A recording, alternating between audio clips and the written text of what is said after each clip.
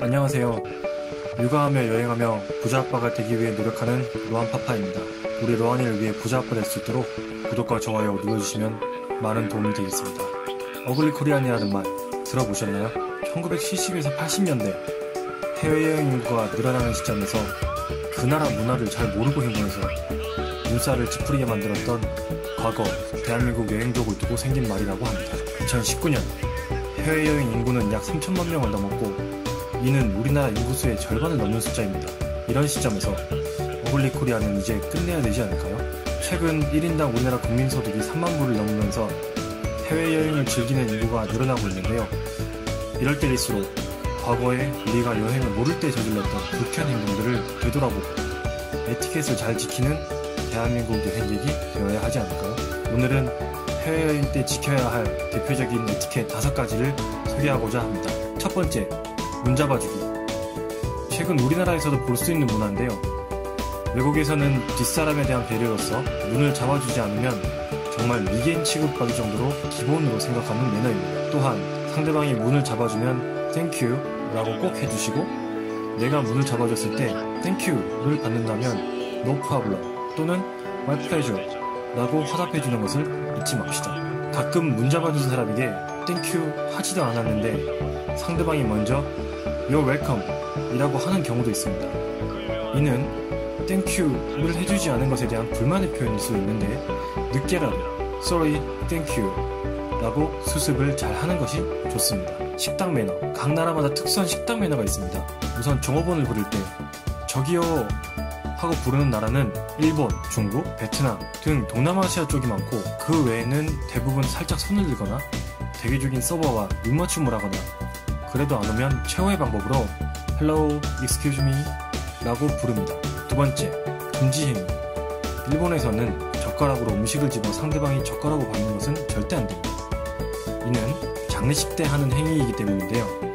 우리나라와는 다름으로 현지인과 식사할 경우에는 주의하셔야 합니다. 미국이나 유럽 등에서는 주로 포크와 나이프로 식사를 합니다. 이때 식기가 그릇에 부딪혀 딱딱거리는 소리가 나지 않도록 조심해서 먹는 게 매너입니다. 포크와 나이프의 순서는 바깥에 놓인 것부터 차례로 사용하면 되는데 이것은 크게 중요하지는 않습니다. 소리가 나서 주의를 시끄럽게 하지 않도록 주의합시다. 마지막, 팁입니다. 우리나라는 음식값이 곧 식사비입니다. 하지만 외국, 특히 서양은 음식값 플러스 부가세 플러스 팁이 식사비가 되는 것이 일반적입니다. 부가세는 나라마다 다르지만 보통 10% 내외이며 팁은 자유지만 음식값의 10%에서 많게는 음식값만큼 내는 사람도 있습니다. 외국은 기부 문화에 대해 상당히 관대하기 때문에 많이 버는 사람들은 그만큼 자신의 부를 사회에 환원하고자 합니다. 말조심. 해외에 나가면 생각보다 많은 사람들이 한국말로 험담하는 것을 볼 수 있습니다. 상대방 나라의 언어를 몰라서 괜찮겠지 하는 경우가 있는데요. 어느 나라 말이던 욕이나 험담은 그 어감과 느낌으로 알 수 있습니다. 또 3천만 명이 넘는 한국인이 해외여행을 같이 하고 있으니 언제 어디서 나 아닌 다른 한국 사람이 나의 언행을 보고 있을지 모르는 일입니다. 특히 동남아권에 가면 나이 드신 분들이 현지분들을 무시하고 반말하는 경우를 가끔 볼 수 있는데 절대 해서는 안 되는 행위입니다. 우리나라는 OECD 국가 중 공부하는 시간이 1위입니다. 그 정도로 교육 수준이 높다고 자부하는 나라가 상대방이 말이 안 통한다고 해서 반말이나 욕설을 하면 안 되겠죠. 가끔 중국 단체 관광객들이 수준이 낮다고 이야기하시는 분들이 있는데 그들보다 앞서가려면 말조심, 더욱더 지키지 않을 수 없겠죠? 더구나 K-POP 등의 여파로 세계에 많은 관심이 한국인에게 몰리고 있으니 젠틀하고 매너 있는 한국인의 모습을 보여주도록 노력해야겠습니다. 네 번째, 사진 찍을 때. 유명한 관광지를 배경으로 멋진 사진을 남기고 싶은 것은 전 세계 모든 사람들의 바람일 텐데요. 이 때문에 사진으로 인한 불쾌한 상황이 발생하기도 합니다. 첫 번째, 셀카봉. 최근에는 미술관 등에서 작품의 안전과 다른 관람객에게 불편함을 방지하기 위해 곳곳에 셀카봉 금지, No Selfie Stick 편말이 붙어있거나 경비원 또는 안내원이 제재하기도 합니다. 몰랐다면 쏘리로 끝날 일이지만 알고서도 꿋꿋하게 사용을 계속하는 일은 없도록 해야겠죠. 두 번째, 안전 문제입니다. 최근에 그랜드 캐년과 영국의 세븐 시스터즈에서 한국인 관광객이 사진을 찍다가 추락해 부상, 사망하는 사건이 있었습니다. 해외에선 특히 병원 치료, 한국으로의 후송이 어렵기 때문에 나뿐만 아니라 주변 사람을 위해서라도 들어가지 말라는 곳은 들어가지 말고 안전을 항상 고려하면서 사진을 찍어야겠습니다. 내가 사진을 찍는데 앞에 사람이 가리거나 반대로 내가 누군가의 사진 찍기를 방해할 수도 있습니다. 관광지에서 사진을 찍는 것은 너무나 당연한 것이고 누구나 가지는 권리이므로 인내심을 가지고 기다리기, 혹시나 방해가 되었다면 땡큐, 쏘리를 잊지 말아야겠습니다. 그리고 만약 가족 사진을 누군가에게 부탁해야 한다면 말이 안 통하더라도 포토 플리즈, excuse me 와 같은 간단한 영어와 함께 따뜻한 미소를 건네준다면 사진 찍어주기를 거절하는 사람이 있을까요? 5번째, 숙소 이용.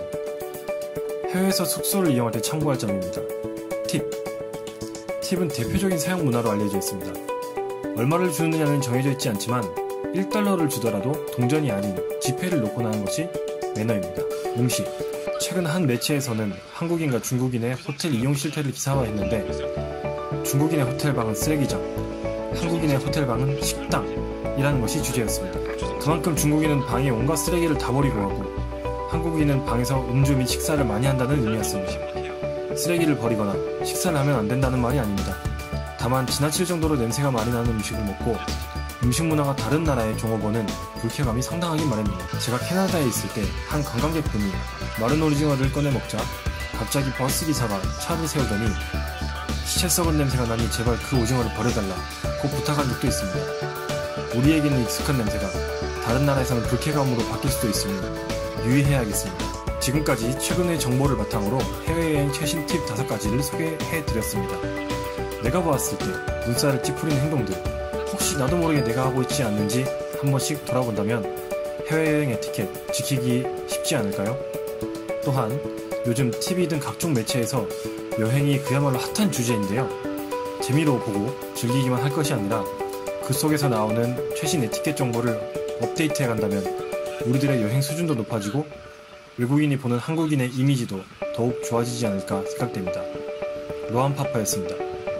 구독과 좋아요를 눌러주시면 앞으로도 좋은 정보, 여행 영상으로 보답하겠습니다. 감사합니다.